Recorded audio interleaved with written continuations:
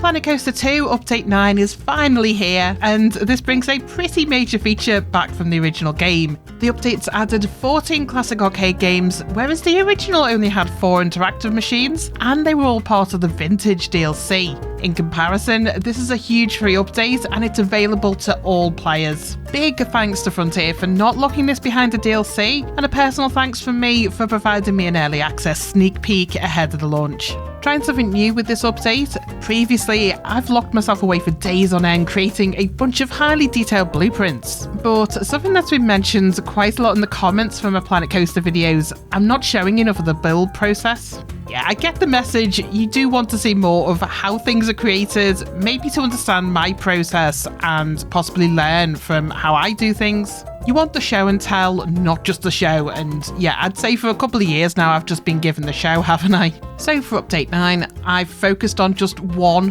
blueprint. I've recorded the entire build start to finish. I've edited the entire build start to finish, and I think that took longer than the actual build. So see how we get on with this video and whether this is something viewers want more often on the channel. Today I'm building a fairly simple classic arcade, and as always I start out my build by laying down some of the pieces that I know I'm going to use. Also, rule number 1, putting down a stone guest so I can tell if I'm building to the correct scale. Without this, things become far too large far too quickly for me.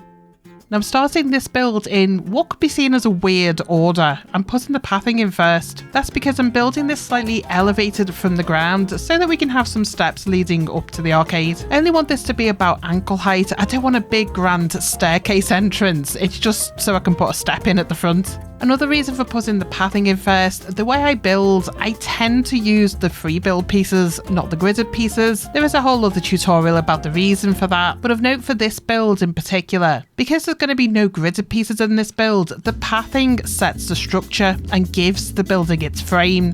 And this means before I've even laid one build piece, I can already set out where I want walls, windows and doors to be, and I can be certain that there is going to be some sort of symmetry to the build. Without this, it could get out of hand and we've got one side lopsided, another side far too big or far too small. Having the floor already in as a kind of grid means that I can check against that throughout the entire build. So that's why I've got these 1-tile squares that are set out from the main part of the building. They're just a guide at the moment, so when I'm putting these panels in, which are going to be wall pieces, I know to scale the wall pieces to that exact size. A few more of these around the side for big windows, and once all the panels have gone in, I can now delete these and forget they ever existed in the first place. Next I'm adding the steps, and this is a unique trick that you can use in Planet Coaster 2 with the fully null pathing. Before we get to that though, you'll notice here the game has helpfully nudged up the landscape to meet that elevated pathing we put in earlier. We don't want that, so the way to get rid of that, we're going to have to flatten it again with the terrain tool. Next, the path's going in for the ground level, so this is the main path leading up to the arcade, and then we get to play with the invisible pathing. So I switch from gridded to the line tool for the path. Going to be 3 entrances, so plenty of room. And yeah, this is too wide, so bump down the line width a bit, and this should line up really well. It can be a bit fiddly this when it doesn't want to connect, but if you bear with it, 9 times out of 10 it'll connect.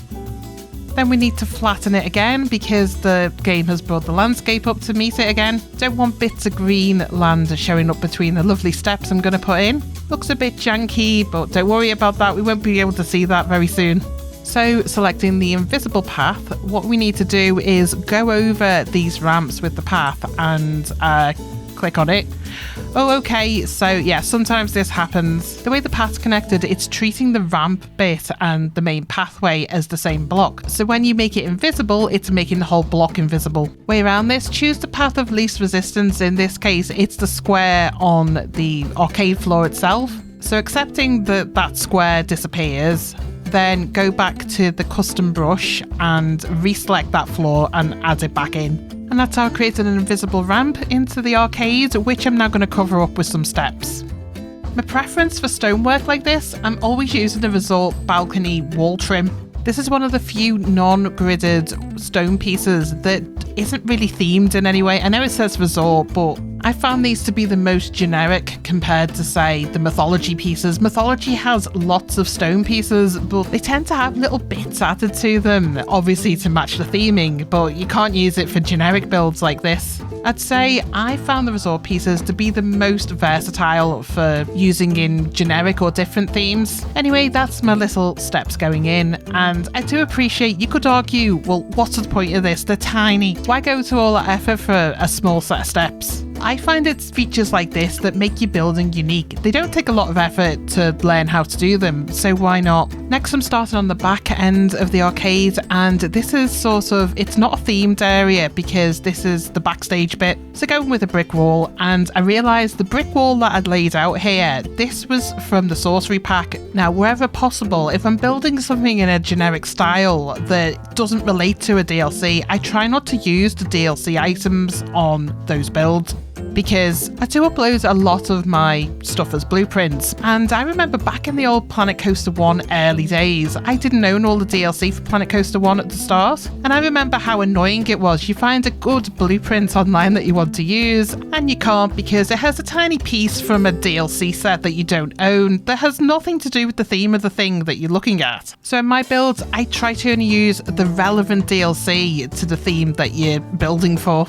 Can be a challenge at times, especially when you know there's a perfect piece you want to use that's from a DLC, but you can't. There's a couple of occasions that does happen in this build, but I find there's always a workaround, particularly with the scaling and recoloring in Planet Coaster 2. As in this case, I've just replaced that brick wall I got from the sorcery pack and used a classic brick wall that just recolors it to look kind of similar. Oh, and also to explain what I'm doing here, I don't like putting windows direct flat onto a wall. They have to be sunk into the wall. You put it on the face, it doesn't look realistic. Sink it into the wall like this, okay, it's a bit more work, but it looks so much better. That's another reason not to use the gridded wall pieces, because they all come in that 4-meter square, and they don't give you the option to put windows in like this. What you'll notice with the structure of this building, there's very subtle indents all over it. So we've got the windows as an indent. The blue panels sit out a bit, so it looks realistically like this has been tacked onto the sides of the building.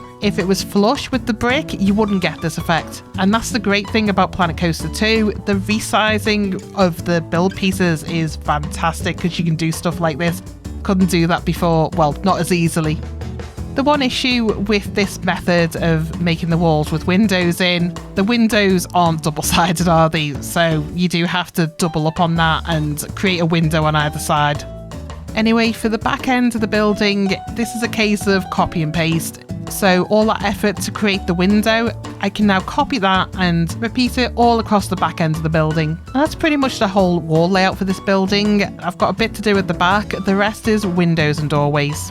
But have a break from doorways and windows. Next, I'm creating the signage panel for the arcade building, and that's going to wrap around 3 sides of the arcade. I've based this on the classic seaside or boardwalk arcade style, so quite low budget. It wants to be fancy, but it's still no frills. It's an attraction, but it's rough around the edges kind of feel. Now, I know British seaside arcades very well. I am a fan, sorry. I'm that kind of person. I do enjoy the penny pushers.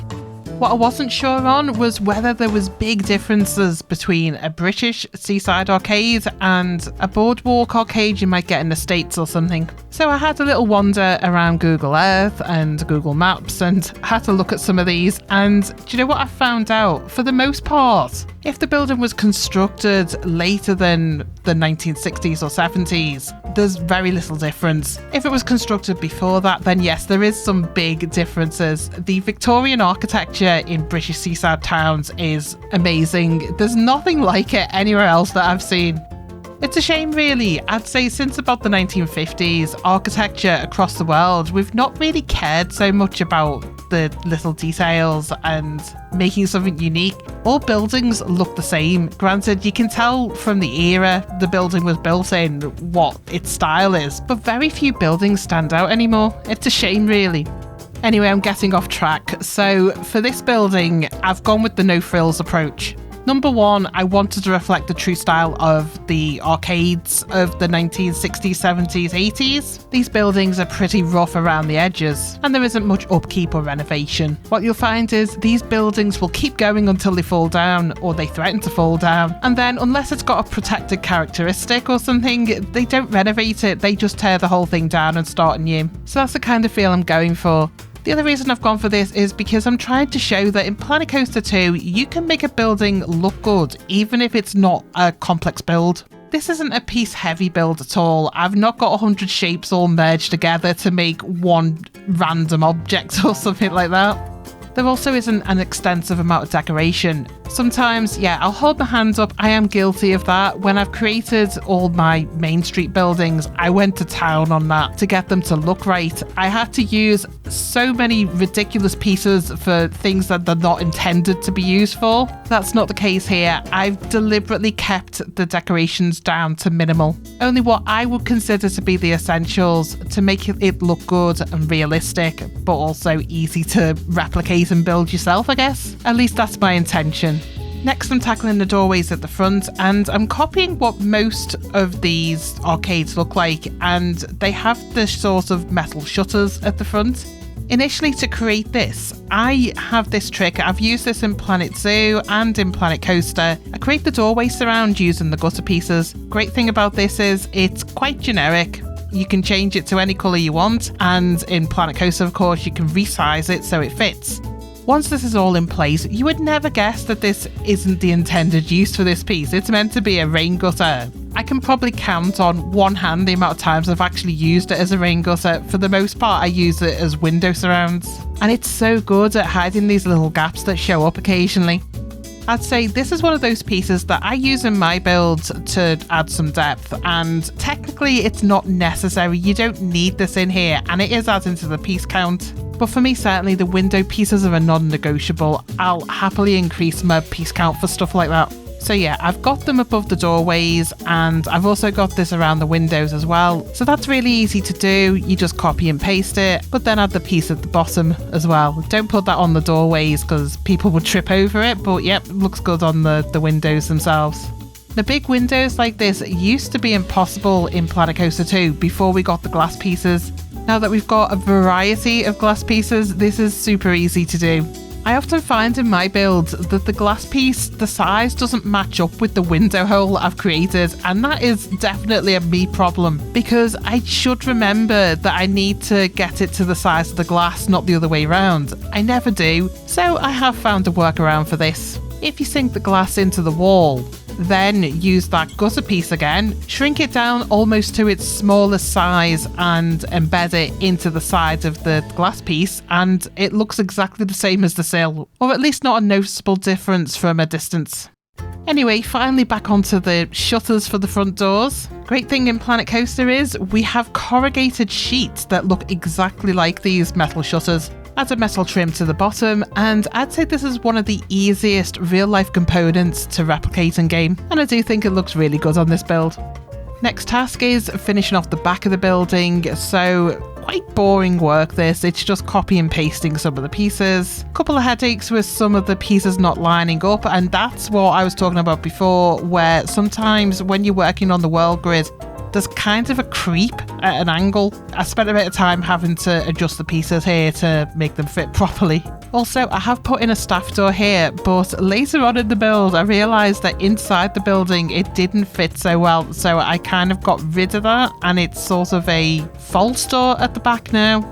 I'll explain later when we get to that bit. Now we're getting to probably the most complex bit of this build, the roof. But before we get to the difficult part, the easy part of this is putting in the ceiling that's going to be the interior of the building. For this, I'm using the Starfield panel from the sci-fi theming set, and this works really well. I think it suits the theme of an arcade very well. Now, something I did think was important with the roof, we have to have a skylight because the interior of this building is going to be so dark without it. So this panel for the ceiling, it's actually only going around the edge of the building. And it's also forming part of the skylight, so I've got smaller panels surrounding this, and the Starfield panel has this wonderful quality. It's one of the only materials in the game that doesn't reflect light, so you get this weird effect where you can't tell that it's angled in a different direction, and I'm making use of that for the skylight. See what I mean? Whilst we're here, the Starlight panel is also going to be the cladding for the back of the arcade in the interior too. This goes right up to the ceiling, so you're getting that cool effect again where you can't tell where the wall ends and the ceiling begins. Anyway, thought I'd tackled the roof next, but looking back, it looks like I tried to avoid that for a little bit longer and doing a bit more work on the signage at the front. I don't know if other people do this, but I think I find myself with stuff like this, taking a break from a difficult task and doing something that's a bit different, a bit more fun, then going back to the difficult task again. I don't know whether it's just me that does that or maybe others do too. I don't think it's a bad idea to give your brain a break from some of that stuff. What I will say is it makes it difficult to narrate when you look back at the footage and go, okay, I was working on that task, that makes sense, and then, ooh, something completely different. So yeah, we're back talking about the signage again. Let's talk naming conventions. I am terrible thinking up names, so for all of my Planet series stuff, it tends to end up being called Planet something or other. So a restaurant becomes Planet Eat and a hotel becomes Planet Resort. So no different here, I've just called the arcade Planet Arcade.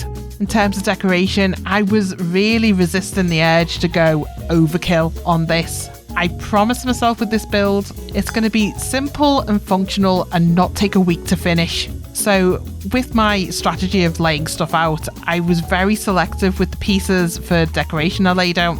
Essentially, there's only 2 pieces for wall decoration. I've got this star that I found, and I've also got the Planet Coaster logo. Even though it's only 1 star that I'm using on the outside, you can still get quite creative with that, move it around in different places, make it a different size, make it mirror image. I think sometimes that's just as effective as spending 70 hours creating something from scratch. Oh, and now we're back onto roof design. This bit's a copy of the trim that I've got around the outside of the building, and this is raising the level of the skylight just slightly. Whilst I love the no light reflection part of the Starfield panel, I thought it might be a bit much to go straight from that to the skylight. You need something breaking up the space slightly there, and it needs to reflect the light that's coming in through the skylight. This piece is also acting as a backboard for the main solid part of the roof. And yeah, this is where things get a little bit more complex, custom roofing. Because I'm not using gridded pieces, using the gridded roof pieces probably wouldn't fit. It might be impossible, I'm not sure. But it would be a lot of fizzling to get those pieces to work. And that would probably involve having multiple building groups in the building. Now that's something I didn't mention before. Because I'm building this with all 3 build pieces, it means at the end of this build, I can select all of the pieces and save it as 1 building group. And that's really good for future use. It means that if this is downloaded from the workshop and someone wants to put it in their park, if they place it and then need to move it, that's no problem. You just do it as 1 group. If I've made this out in multiple building groups, that means when you try and move it, good luck trying to select everything and move it all at the same time. This is much simpler and is definitely my preferred method of working. Now this is great, but the only problem I've got with this building, because I've got an angled roof here, these corner pieces are a bit of a pain. Method I'm using here to create this custom corner, it involves overlapping the edges with the panel, then using an edging piece that follows the line of the connecting angle. This aligns with the panel on the flat side, but you have to manually angle it at the seam. I've been doing this for a long time and I still have to give it a couple of goes before it gets the angle right. Another key tip if you're going to give this a go, it works best if the building you're creating is aligned to the world grid. So when you're starting your build, if you know you're going to do a roof like this, make sure you're building on the world grid. And if you're not on the world grid, it might actually be easier to separate the roof and do that on the world grid and then move it to wherever your building is and put it into place afterwards. Anyway, that is the central bit of this angled roof end I've done. It still looks weird, but fear not, there is more to come. First of all, need to get rid of the template panels that I've moved over to the edge, because obviously they're not meant to be there. Now we're left with this ugly gap, so how do you fill that? Well, you start off with smaller panel pieces from the same building set that you've used for the roof, and then you just fill the gaps with a smaller piece of the same style. Final piece of that puzzle, you fill the even smaller holes with a smaller piece. I will say this is the most difficult part of this build, so if you're not sure on this, I do have a separate tutorial on the channel on how to create custom roofing, should you want to check that one out. Good thing with this building at least is it's uniform on all 4 sides. There's no weird quirky corners. I have created buildings before where it wasn't right angles, so it had weird shapes on the corners, and yeah, that was fun to deal with. Anyway, once the corners were done on this, it was easy to fill in the rest, just fill in the gaps with the corrugated panels, and there we go, that is the first part of the roof done. Next, I'm creating the structure for the skylight. These look good when they're done, but they're not all that difficult. Basically, I'm using, it's called Coaster Support 2 for the metalwork. Always Coaster Support 2. The only quirk with this, you can't do that angled roof end the way I did in the corners with the bottom section of the roof, because you can't do that with the glass pieces. All the glass pieces in the game are a set size, and you can't have them overlapping because with them being translucent to a certain degree, if you overlap the pieces, it's going to be a different colour. Now, some people are okay with that. I'm not. It's why I've not made a lot of dome builds, like full glass dome builds in Planet Zoo or Planet Coaster. I would love to build a realistic looking geodesic dome, but when I've tried it, and believe me, I've tried, there's no way to get the pieces to work properly. If we had a few more options for triangles, it might be able to work, but unfortunately, there's about 3 varieties of triangle in both of these games, and none of them work for a proper dome. Anyway, long-winded explanation there to say this is why when I have skylights in a build, they're either flat, so completely flat, or they're like this where it's an apex with a flat end. What's good is this is having the intended effect. The skylight is lighting up the interior pretty well, but without making the arcade feel too open. The corners are intentionally dark, particularly where I've got the Starfield panel as the wall cladding. Those corners are going to be permanently shaded in darkness. And that's intended as that's where the arcade machines are going to sit. The other games will be closer to the middle and closer to the front, kind of like you see this setup in real life. Anyway, just finishing up the skylight. So a tip I've got with the side pieces, to fill this in you want a long, thin piece. I tend to go with the wooden planks because they're quite long, they're quite thin, they've got a couple of different versions of the sizes, and filling the tiny gap in that corner is much easier using things like the planks. Fun thing with this, the glass pieces that I put in the side panels for the skylight, I ended up taking these out and lowering the roof down a bit, so that was a bit of wasted energy. Now, I don't know about other people, but this happens with me all the time. I'll build something, I'll go back to it, and if it doesn't look right, I don't think there's any shame in removing something later on. Some people will stick to their guns if they've created something and they won't go back and redo it, or they'll demolish the entire building and start again. I tend not to do that. I'll sit and assess a problem area, and normally I'll just sleep on it, and if I still don't like it in the morning, take it out, but don't go to the whole extreme of removing the entire build that you've done. Finishing this off, I've got a small bit of trim on the top part of the roof. There is a path trim in the game that looks very much like the British style arcades trims. I decided against using that because it was very focused on a particular style of build, whereas I want this to be more generic. But worth bearing that in mind if you're making a British seaside arcade. Look out for the lawn trim piece. Finally done with the roof, I'm onto the interior again and doing the lighting. Happy to say there was a bug I'd noticed a while ago. I'm not sure if it's been fixed in the previous update. Lighting wasn't always obeying the modes I'd set it to, so if I wanted lighting on in the day, it wasn't activating properly. Looks like that's been fixed, so I'm not having to manually set every light to be on during the day. My top tip with lighting, I find that all of the lights aside from the spotlight, nothing else illuminates very well, so I tend to use spotlights for everything. The spotlight fits in okay with this build, but if you're doing something that's more thematic and you're using other lights, go ahead and use the other lights as decoration, but sink a spotlight into the wall behind it. I also use a technique of sinking spotlights into the floor and the ceiling. That works here because I've got the ceiling as a false ceiling, so we've got that Starfield panel as a false ceiling, and I can put lights and embed them above that, so you're still getting the illuminating effect of the light, but you can't see it. Another trick you can use with lighting is doubling up, so when you place a light, put another one over the top of it and move it slightly so it's not got that Z fighting, but you're going to get double illumination from the two lights. I think in some builds I've had maybe 4 or 5 lights placed on top of each other just to get that effect of 5 times the lighting in the one place. Also, angling the lights at the walls works pretty well. I do love the effect it's having on the walls here. Next, I'm working on the exterior lights, and of course, being an arcade, we're going to want strip lighting. Ideally, tube lighting would be perfect here, but we don't have that in Planet Coaster 2. If I remember correctly, I think we've got that in Planet Zoo, bizarrely, but not in Planet Coaster. So the best option for this is using the resort light box. Does work kind of okay. Bit annoying that you have to change the lighting 3 times because it's got 3 colour sets in it. Also, this is the smallest size that it goes down to. We don't have a smaller piece than this, which would be useful not for this build, but I have started working on another arcade build, which is more of a complex and highly detailed one. For that one, my theming is more early 90s neon style, and I'm using these light boxes extensively. I've created a logo entirely out of the light boxes, and it was okay on the bigger lettering, but I had some smaller lettering, and yeah, it'll kind of do because I've got no other option, but it would be great if I could maybe half the length of this light box. I guess a solution could be to turn it on its side and use that tiny bit of light from the side bit of it, but that would use up hundreds of pieces for the intended purpose, and I'm not sure whether it's worth it for making what I'm doing perfect rather than okay. Something to think about for sure, or they can just add another light box piece in the game that's a bit smaller, please.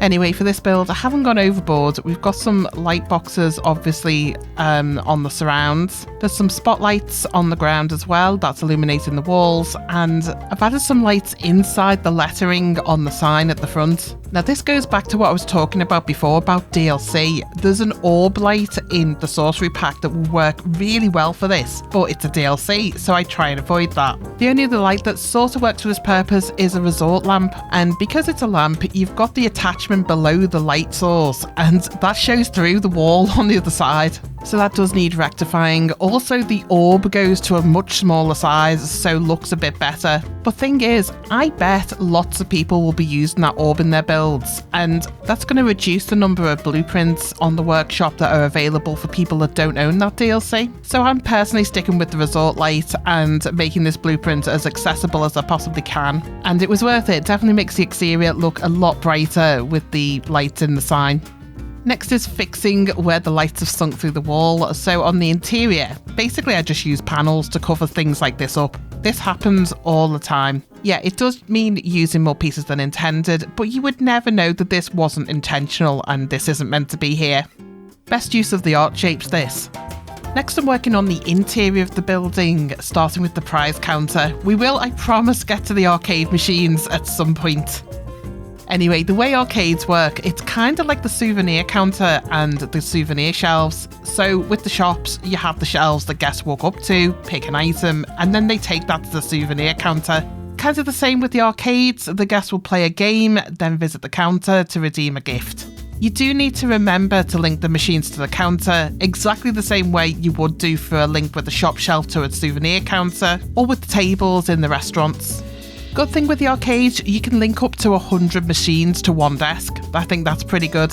I've gone a bit overboard with 3 counters simply because I was building this blind and I wasn't sure how many would link up like this. 100? That's pretty generous, and I probably should have checked that first. Hey ho. Where I've put my prize counter, I've got this right at the back of the building in the centre. I was thinking of putting it right in the centre of the building, but then it would have interfered with the skylight, so avoided that. Where I've put the counter though, this is where I was explaining earlier, I did have a staff door here, and I got to this point, I was like, yeah, that staff door isn't working. It would be right in the way of the prize counter. So that's a false door now, or maybe it was a working door at some point before they boarded it up. Shelving for the prize counter. Now, shelving in the game, this is something I think I do pretty well. I can really go to town on this kind of thing, but I did show some restraint with this build since it's meant to be a simple blueprint. Probably will be building some more extensive shelving examples for other blueprints though. It's really good to see that some of the game updates have added more pieces for this kind of thing, and I'm definitely loving the fact that you can rescale animatronics now. The floating balloons would have been far too large to add here 6 months ago. Also definitely loving the plushies and the little balloons. Definitely hoping they add more of these items in future updates. Anyway, this is what we've ended up with. Next, I spotted when I was doing the shelving, there's a couple of items would suit the external part of the building, so got a couple of the king coasters and some of the billboard stuff. Looky here, without pre-planning this, these billboard poster things are the perfect size to go on the side of the building in between the windows.